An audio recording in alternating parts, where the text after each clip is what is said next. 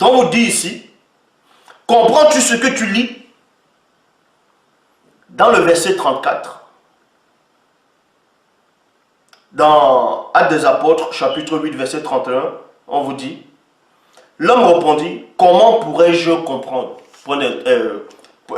Virgule.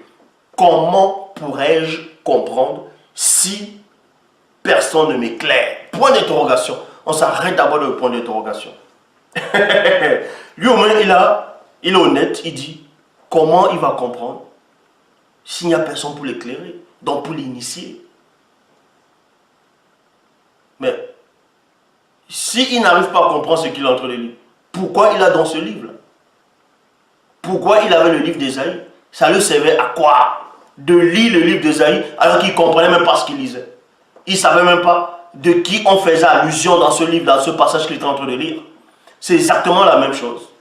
Les gens vont venir, des Mongols, ils vont prendre la Bible, ils vont lire. Ah, Dieu c'est... non, Dieu c'est un homme. Ah non, Dieu c'est un homme. Parce qu'il a dit, faisons l'homme à notre image. Ils n'ont même pas la jugeote de savoir que ça sont des passages qui ont été trafiqués. Qui ont été trafiqués. Admettons même qu'on dise dans Genèse chapitre 1 verset 26 que Dieu a dit faisons l'homme à notre image, selon notre ressemblance. On s'adressait à quel homme?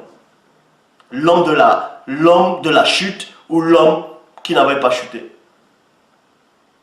C'était l'homme qui n'avait pas chuté. Mais l'homme a chuté, il a perdu cette image.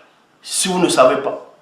Quand vous lisez dans Genèse chapitre 5 verset 3, on parle du troisième fils selon la Bible actuelle classique, le troisième fils d'Adam. On dit Adam a fait son fils à son image, à lui selon sa ressemblance.